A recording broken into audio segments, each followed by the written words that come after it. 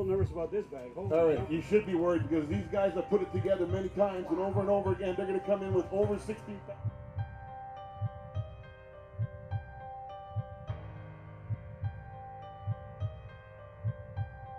That's cool, but there's no reason for you to be a bigger one.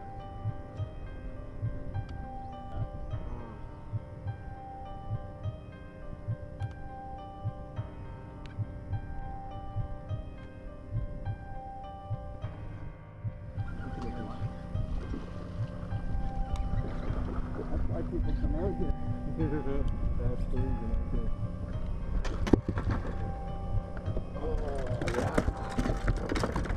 We're gonna get a couple pictures of that.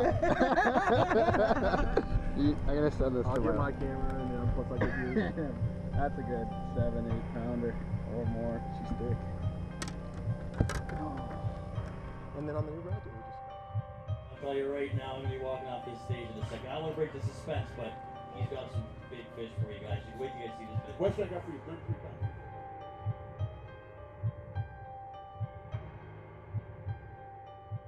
He's never been on that lake, never knew that lake, didn't know what type of fishing was. Totally different than the Kawarthas. But Steve's so dedicated. He'll fish for hours and hours. Right, well, that was the first thing. He was on the phone to me before he even weighed in. He says, "Dad, I did it." So he was, after that, he was sparked right up. We were all pretty proud. Oh yeah, we were proud. We were pretty proud.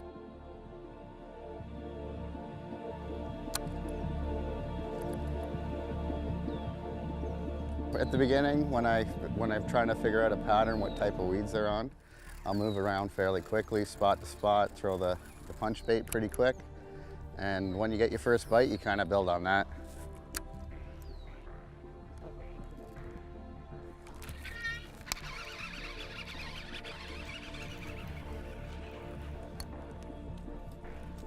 Small guys for now.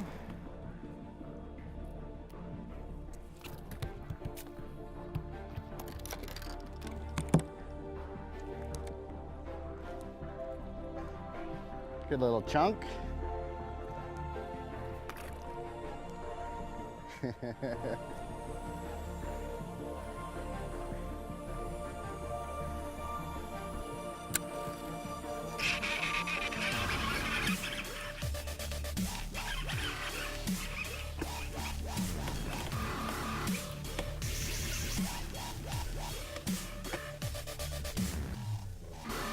don't know if he's still on.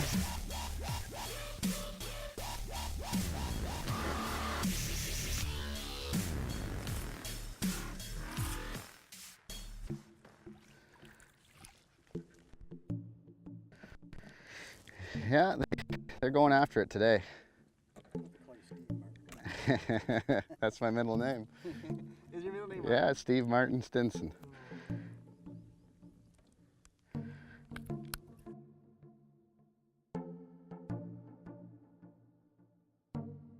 Yeah, basically the way I started was I didn't even know about tournaments in Canada at all.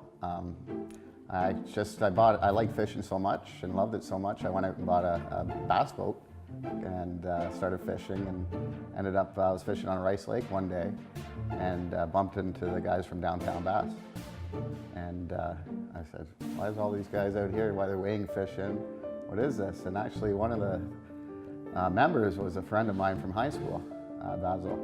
And he said, "Steve, why aren't you fishing? You got a bass boat? Come join the club."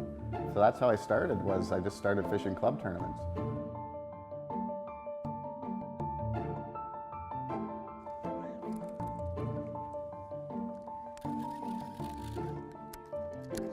All right, let's move on.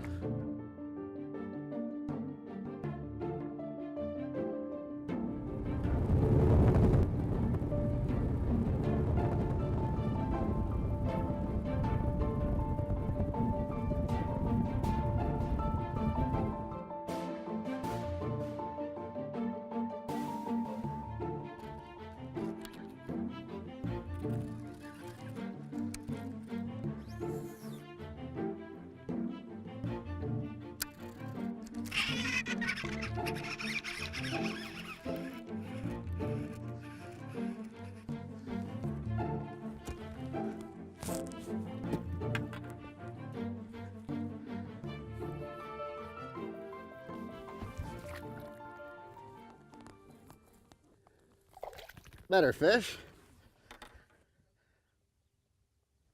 Right from the thick stuff. Well, they're aggressive today, so as later on the day when the sun is around noon, the fish are they're gonna congregate to those mats, and that'll protect their eyes from the sun. And hopefully we can find some mats with some bait fish on them, and then usually we can go through a few fish on that mat, because in the Kawarthas I find that when there's one under a mat with some good depth under it, there'll be a few more with it.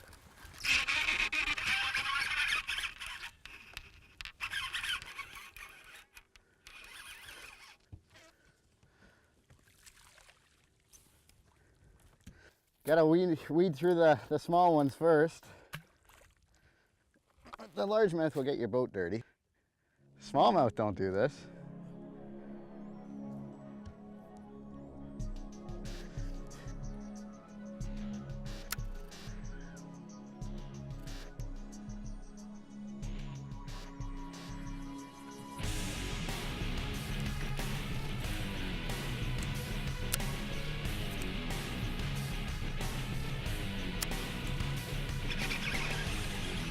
Yeah, that's why he wasn't very big.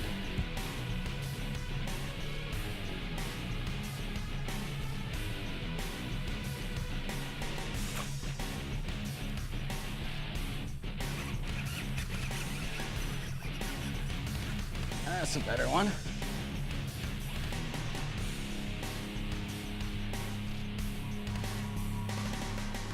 No. Yeah. One more? There's a 6-pounder. Is he in here too?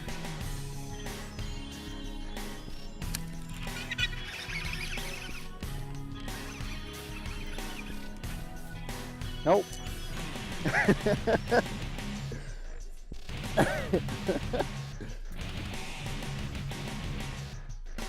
Getting smaller, you're supposed to get bigger.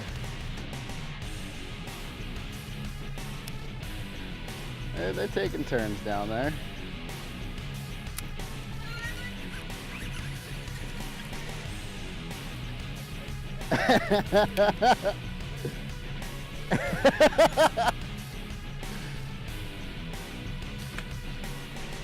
Okay, go back there, I'll catch you again.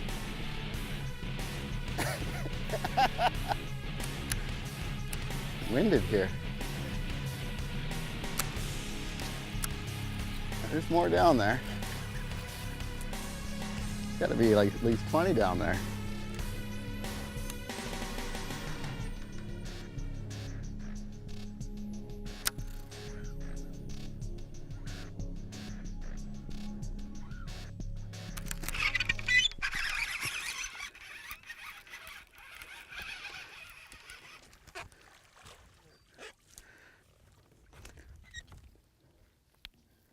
Put a mark on them to make sure. All cookie cutters. What kind of salad dressing do you like? I like a good Russian or French.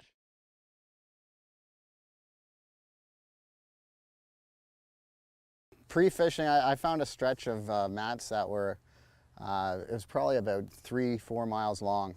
And what I did was I spent about 5 days on it, because the first area that I got onto in the mats produced one of the biggest fish that I caught down there.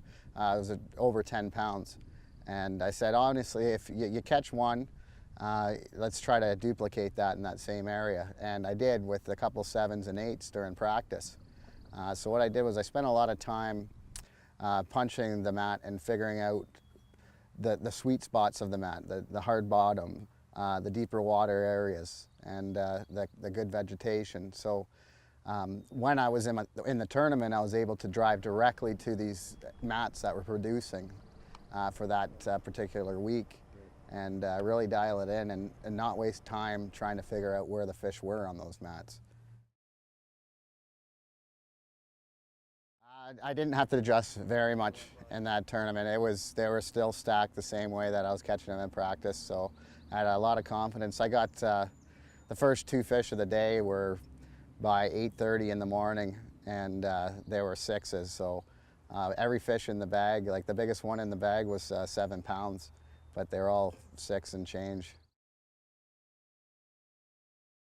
Oh, it was amazing. Like, you get up on stage, like first of all, was trying to carry one of those bags up with the bag full of water. I was out of breath there, because there's a fair, it's quite a long walk up on Okeechobee. You gotta probably walk for about a minute or two, but you're carrying this bag, and one of the people in the audience said, "Let me get you a wheelbarrow for that bag."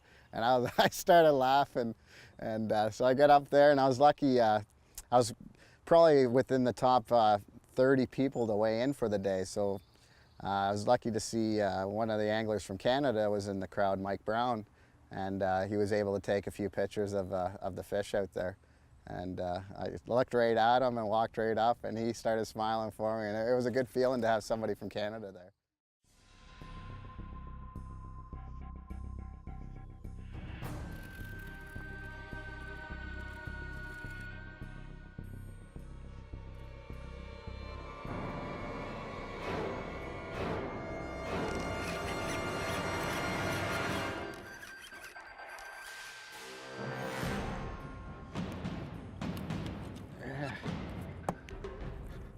That's a healthy fish.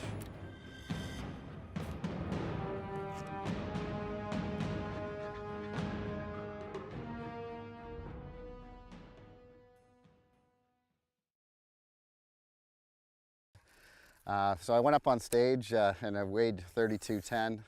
A nice lady came up to me and said, "Oh, my husband and my son fish on this lake, and you know what, I'd like you to meet them after." And then I got called up for the ceremony for the awards. So I said, yeah, no, that'd be great. I'll come over and talk to you after. And so I came off the stage, and there she was. She said, "Oh, come over. I'd love for you to meet my husband and son." And I walk over with her, and it was Scott and Roland Martin. And I was shocked, and I'm like, "Oh, you must be Mary Ann." And she started laughing, right? So it was a good experience. Great two guys there. We talked for a little bit, and you know, exchanged numbers, and couldn't ask for better people out there. Okay, the basic punch rig that I like to throw, here's the exact rig that I threw down in Okeechobee, is use a bobber stop. Put 2 of them on there. Weight first. Then your punch skirt. When you do your snell knot, key to this is always going through the top of the bait. So you go through the top of your bait, like so, pull it tight, leave about that much slack, tie a big circle, and what you want to do is, on your tag end here, you just want to keep wrapping it around above the barb. Hold on, let's try that again. Above the barb.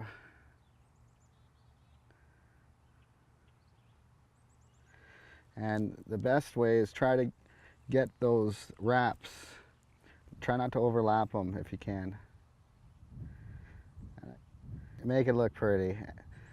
Because if it bunches up, it actually takes away from the barb on the hook, and your plastics will actually slip off a little bit. So 5 or 6 times.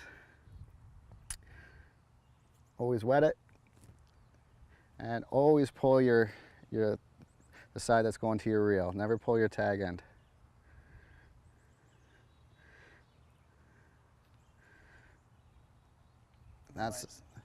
Make sure you pull it tight. And what I like to do is, when I tie this rig, I never use scissors. So what I do is I always go with a nice lighter.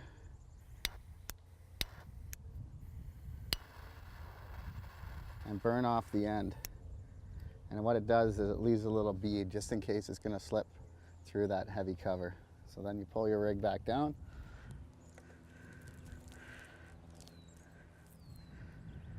Straighten it out. Grab your soft plastic.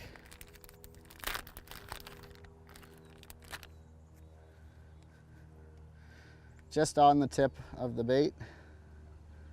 Just go through about 1/2 inch, slide it up and twist it over your barb. and it's going to be Texas rigged. Slide that up, and like so. And that is a done deal.